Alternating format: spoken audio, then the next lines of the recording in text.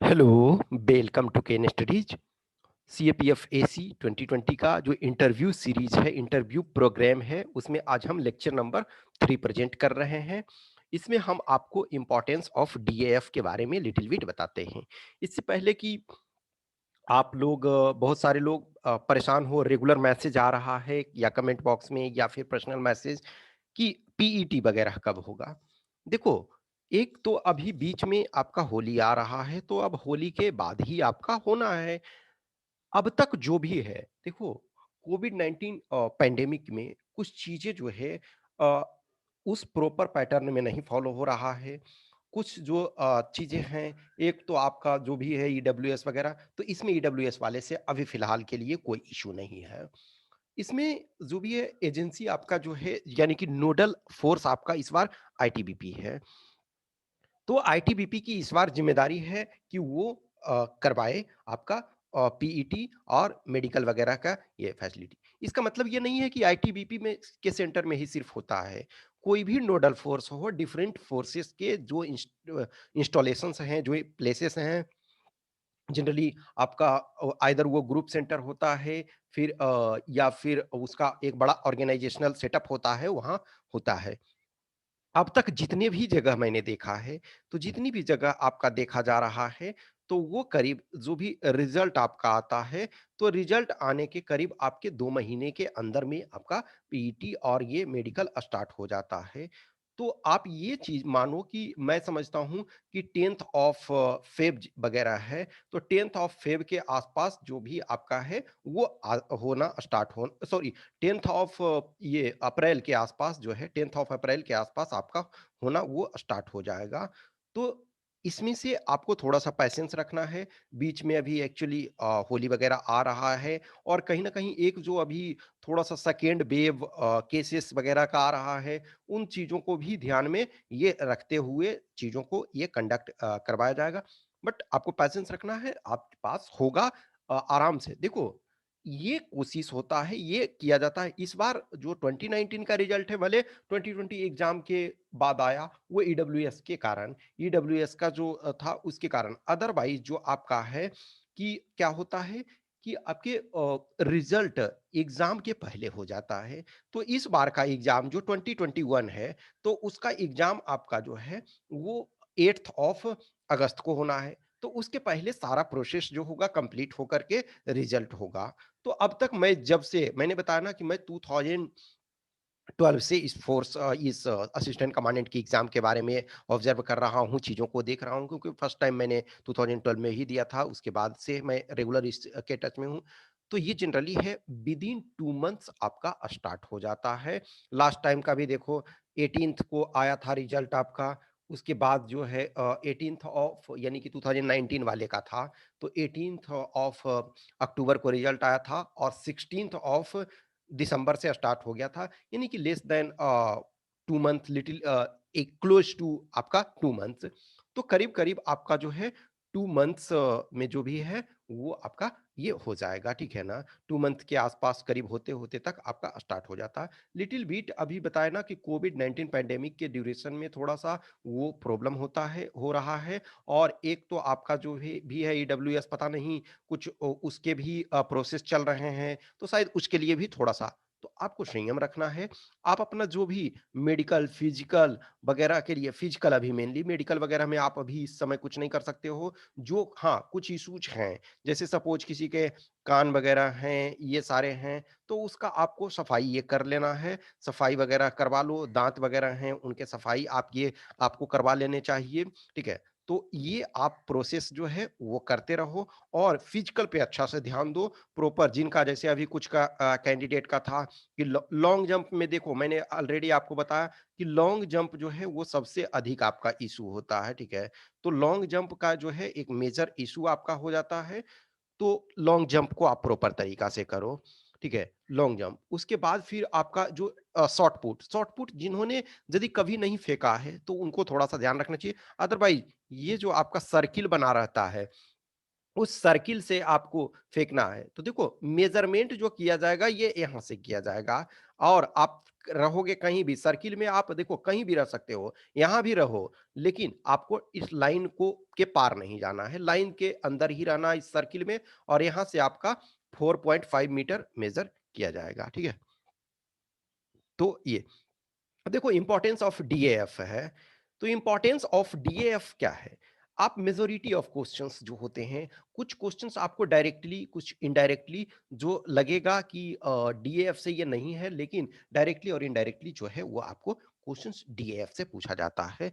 आप कुछ डायरेक्ट है पूछ दिए, कुछ इनडायरेक्ट। देखो क्या होता है, आपके बोर्ड में जो है, ये मैंने ऑलरेडी बताया कि इस ढंग से आपका एक टेबल है। इस टेबल के इस तरफ जो आपके हैं वो चेयरपर्सन है, व्हाटसोएवर चेयरमैन, चेयरपर्सन ये, एक मेंबर यहाँ होंगे, 1 मेंबर, एक मेंबर यहाँ होंगे, एक मेंबर यहाँ होंगे, ठीक है? और एक मेंबर आपके यहाँ होंगे। तो ये मेंबर 4 हो गए और 1 चेयरमैन आपके हुए। यहाँ जो है, ये आपका सपोज़ जो है यहाँ ठीक है, यहाँ आपका जो गेट है, ये गेट से आप एंटर करोगे रूम में और यहाँ आपका जो है वो चेयर लगा रहेगा, तो यहाँ आप बैठोगे। अब ये जो चेयरपर्सन है, चेयरपर्सन, चेयरमैन हूसोएवर हैं, उनके पास आपका डिटेल्ड रिकॉर्ड रहेगा। जो डिटेल्ड डीएएफ है, कंप्लीट डीएएफ है, वो इनके पास रहेगा। और ये जो हैं, ये 4 हैं, इनके पास समरी शीट रहेगा। इनके पास समरी शीट होता है। तो उस समरी शीट में जो बहुत सारे जो भी है, समरी का मतलब किसी चीज़ का क्या है? आप ऐसे लिखते हो तो उसमें क्या है? आप इंट्रोडक्शन देते हो और लास्ट में कंक्लूजन देते हो। तो इन कंक्लूजन वगैरह का क्या है कि उसमें कंक्लूड आप कर रहे हो, तो नो डाउट जो यहाँ डिफरेंट चीज़ें होती है, लेकिन समरी में क्या होता है आपका एकेडमिक्स वगैरह होता है, वो ऑलरेडी आपके पास वो है ही, उसमें डिटेल हमको बताने की ज़रूरत नहीं है। तो जो मेंबर्स हैं, सारे मेंबर्स हैं, उनके पास समरी सीट होती है और जो चेयरपर्सन या चेयरमैन जो भी व्हाटसोएवर हैं, तो उनके पास जो है वो पूरा आपका कंप्लीट डीएएफ होता है, ठीक है? अब ए लॉट ऑफ टाइम जो होता है कि कम्युनिकेशन जो क्या है, चेयरपर्सन आपको चेयरमैन जो हैं, वो आपसे स्टार्ट करते हैं, कम्युनिकेशन स्टार्ट करते हैं कि यस सपोज़ आपका जो आइस ब्रेकिंग वो करते हैं कि थॉ आपका जो आइस होना चाहिए वो थॉ होना चाहिए, वो मेल्ट होना चाहिए, यानी कि जो आपके पीछे साइलेंस एक है, वो उसको वो ब्रेक करते हैं और आपको कंफर्ट ज़ोन में लाते हैं। चाहे वो आपके बारे में पूछते हैं या कुछ और चीज़ों के बारे में जस्ट अचानक या तो ये पूछते हैं कि यस आप इस क्षेत्र से बिलॉन्ग करते हैं, यहाँ का ये क्या है? अच्छा, ये फेमस पर्सन हैं यहाँ के, क्या आप उनके बारे में जानते हो? या कोई आपके यहाँ मिठाई है, फेमस मिठाई है, आगरा का सपोज़ पेठा फेमस है या फिर सिलाव का खाजा फेमस है या कहीं का मगही पान या बनारस का पान प्रसिद्ध है या व्हाट्सोएवर किसी चीज़ का कुछ भी है या पेय पदार्थ है, खाद्य पदार्थ है या फिर कपड़े हैं, कोई दर्शनीय स्थल है, कुछ के बारे में, चीज़ों के बारे में पूछे या जस्ट इंट्रोडक्शन के बारे में ये पूछते हैं। उसके बाद आपसे ये स्टार्ट होता है। फिर जो आपके 1, 2, 3, 4 मेंबर्स हैं, ये आपसे क्वेश्चन्स पूछते हैं। देखो, अभी आपका जो भी ड्यूटी है फिजिकल वगैरह में आप परेशान हो नो डाउट उस ये चीज़ देखो चलता रहता। कहीं भी आप यूपीएससी का किसी भी या इनफैक्ट कोई भी एग्ज़ाम एग्जाम में एक लंबा प्रोसेस लगता है और इस प्रोसेस में बहुत बार आप क्या है किसी चीज़ के लिए पैनिक होते हैं या किसी चीज़ को प्रॉपर तरीका से करते रहते हैं ये इम्पॉर्टेंट है कि आप रेगुलर रूप से उसको उस एक्टिविटी को जितनी भी एक्टिविटी आपके हैं वो आपको करते जाना है वो प्रॉपर तरीका से आपको करना है वो आपको एक्चुअल में जो है वो आपको प्रोसेस करना है यस कि yes I am doing the things so and so और आपको ये अंजाम देना है। अब देखो जिनका भी सपोज़ ओवरवेट है, तो जो भी इनका ओवरवेट सपोज़ है, तो अभी आपके पास टाइम है। तो क्या है कि आपके पास टाइम है, मान के चलो किसी का 5 केजी एक्स्ट्रा है, तो 3-4 केजी एक्स्ट्रा वो चलता है। मैं इसके पहले भी बता चुका हूँ। तो यदि एक्स्ट्रा है तो आप रनिंग करो, running is the best exercise ये करो, ठीक है ना? फिर आपके डीएएफ के संबंध में क्या है? डीएएफ का मतलब detailed application form, detailed application form. तो डिटेल एप्लीकेशन फॉर्म आपका क्या होता है? उस डिटेल एप्लीकेशन फॉर्म में आपका जो है वो सारे डिटेल होते हैं।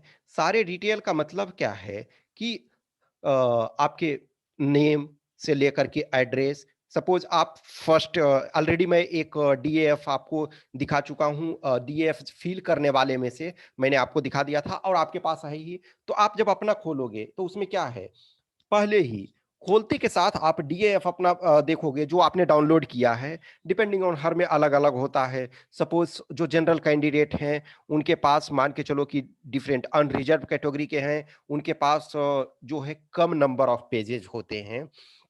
फिर जो कैंडिडेट सपोज ओबीसी के हैं, उनके पास थोड़े से ज़्यादा पेजेज़ के होते हैं।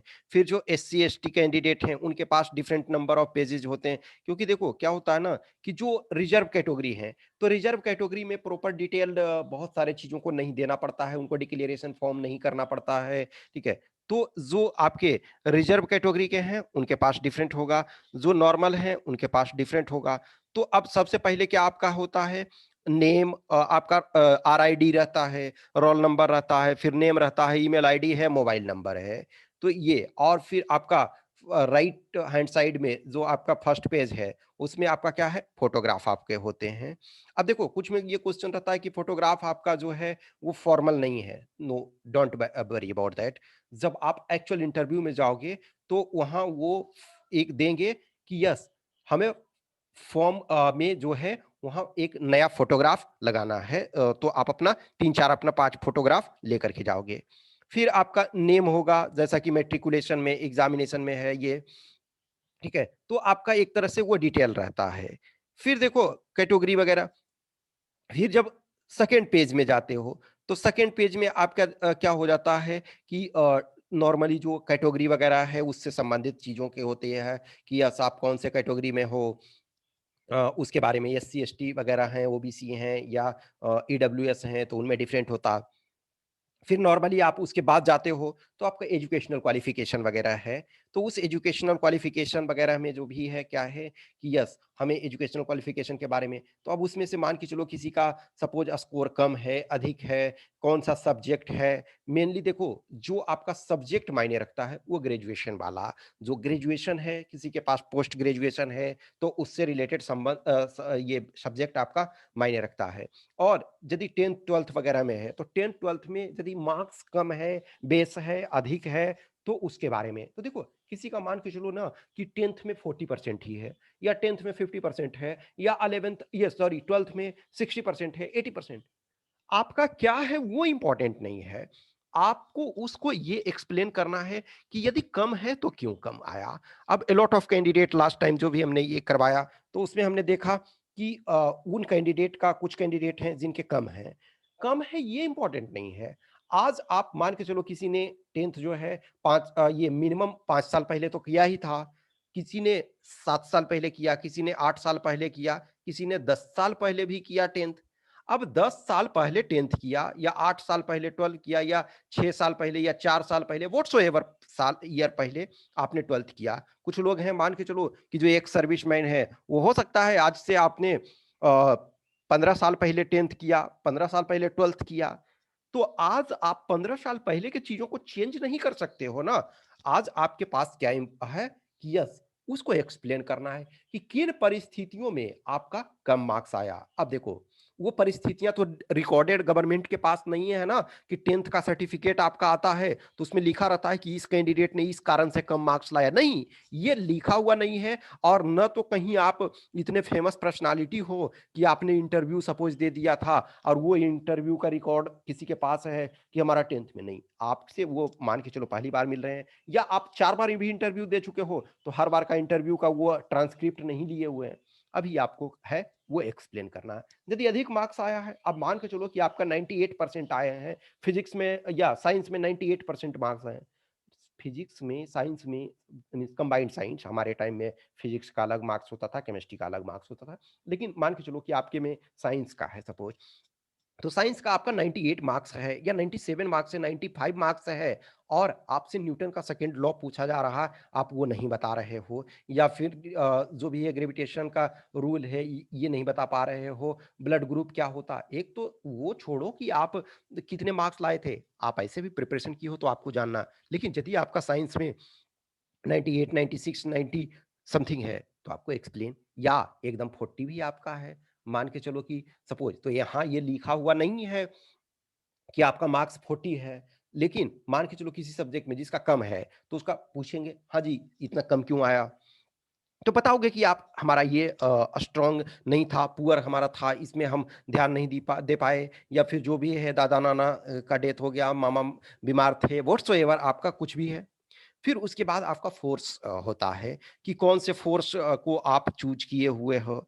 फिर जैसे आपके हाउसहोल्ड इनकम्स वगैरह, यानी कि मदर के इनकम, फादर के इनकम, मदर के प्रोफ़ेशन, फादर के प्रोफ़ेशन, ये सारी चीज़ें होती है। फिर लैंग्वेज वगैरह है, कौन से आप जानते हो।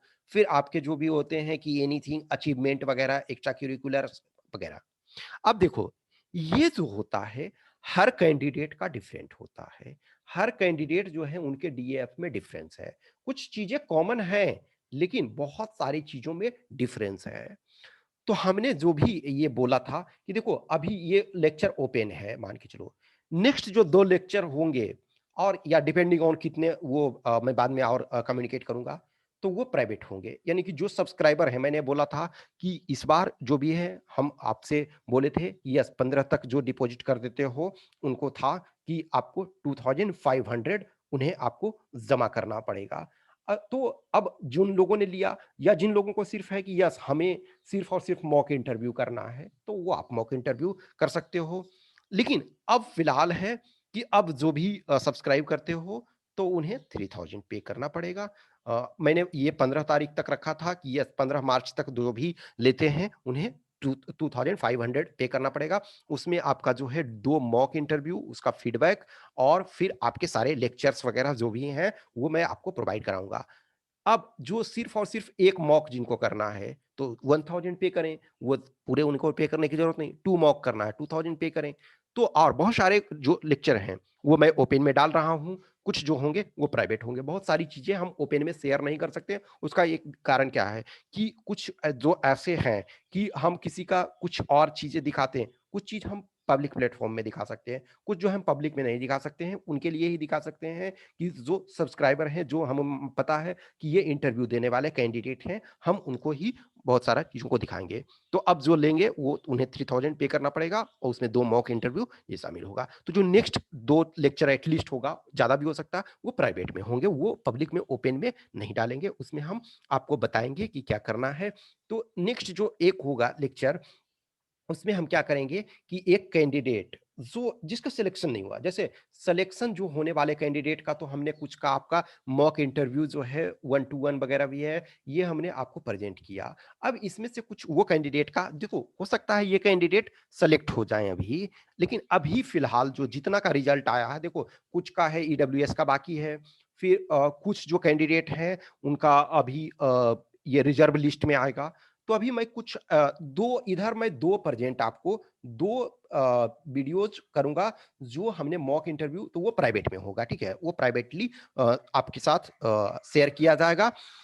तो 2 एक मुझे जो लगता है कि बहुत अच्छा कैंडिडेट है, उसका फिर नहीं हुआ है, ठीक है? और उसका दिखाने के बाद मैं आपको जो पहले 2 वीडियो मैं ये दिखा दूँगा कि ये दोनों कैंडिडेट जो हैं, एक अच्छे कैंडिडेट और एक जो हैं, मुझे लगता है कि थोड़ा उन्होंने अच्छा खासा वो पुअर परफॉर्मेंस उन्होंने किया, जो उनका प्रॉपर तरीका से एकेडमिक्स उनका कुछ और कहता है, और उन्होंने परफॉर्म कुछ और किया। ये 2 वीडियोज़ मैं आपको दिखाऊँगा, यानी कि जो प्राइवेट में मैं शेयर करूँगा आपको, जो सब्सक्राइबर हैं उनको शेयर करूँगा। उसके बाद वो नेक्स्ट जो 2 वीडियो होगा, उनके डीएएफ के साथ मैं एक्सप्लेन करूँगा कि इनकी क्या स्थिति है, क्या प्लस पॉइंट है। देखो, नहीं होना का मतलब ये नहीं है कि वो कैंडिडेट खराब है। ये हमेशा देखो, मैं हमेशा कहता हूँ कि कुछ ऐसे कैंडिडेट हैं, बहुत सारे कैंडिडेट हैं, शायद मुझे लगता है कि उनका अभी रिज़र्व लिस्ट में या ईडब्ल्यूएस वाले में जो कुछ, तो ईडब्ल्यूएस वाले को तो हम काउंट नहीं कर रहे हैं, लेकिन उसमें से बहुत सारे हैं जो जो रिज़र्व लिस्ट में जो आपके ये आ जाएँगे, उनका सिलेक्शन हो जाएगा। तो कुछ कैंडिडेट मान के चलो कि इंटरव्यू में मुझे लगता है कि बहुत अच्छा उन्होंने किया, उनका डीएएफ अच्छा है, प्रोफाइल अच्छा है, उन्होंने अच्छा किया, लेकिन इसके बावजूद भी वो सही नहीं कर पाए। इसका कारण क्या है? इसका कारण ये है कि वो जो है कि उनका मार्क्स रिटेन में कम रहा होगा। मान के चलो कि मैं मानता हूँ कि इंटरव्यू में उन्हें 105 मिल गया। सपोज़ कट ऑफ जो है, मैं थोड़ी देर के लिए मान लूँ 300 गया। तो इसका मतलब 105 इनको इंटरव्यू में मिला, तो रिटेन में 195 आना चाहिए था। लेकिन यदि वो रिटेन में 190 ही ला रहे हैं, 185 ही ला रहे हैं, तो उस केस में उनका नहीं होता है। तो लेकिन वो खराब कैंडिडेट नहीं है। तो मैं दो जो बहुत अच्छे कैंडिडेट हैं उनका सॉरी, एक अच्छे जो कैंडिडेट मुझे अभी लगता और कैंडिडेट है, कमिंग डेज में हम और चीजों को भी दिखाएंगे और बहुत सारे कैंडिडेट का दिखाएंगे, वो प्राइवेट में आपका होगा। और उसमें से एक अच्छा को भी दिखाएंगे और एक मुझे लगता है जो बहुत पुअर, उनका एजुकेशनल क्वालिफिकेशन, एकेडमिक क्वालिफिकेशन होने के बावजूद भी उन्होंने खराब परफॉर्मेंस किया, मैं उसको भी दिखाऊंगा। और फिर विद उनके डीएएफ के साथ मैं एक्सप्लेन करूंगा। तो एक तरह से दो दो चार वीडियोज हो जाएंगे, ठीक है। तो वो मैं आपको दिखाऊंगा। और आपके साथ फिर क्या होगा कि मैं 1 to 1 आपका क्या होगा कि डीएएफ को एनालिसिस करूंगा आपके साथ। मैं आपके पास आपका डीएएफ हमारे पास होगा, जो भी सब्सक्राइबर वाले होंगे वो उनका डीएएफ हमारे पास प्रॉपर होगा। और उनको मैं बताऊंगा कि यस, आपके डीएएफ के अनुसार आपको किस किस फील्ड में वर्क करना है, किस फील्ड में आपको इंप्रूव करना है, ठीक है।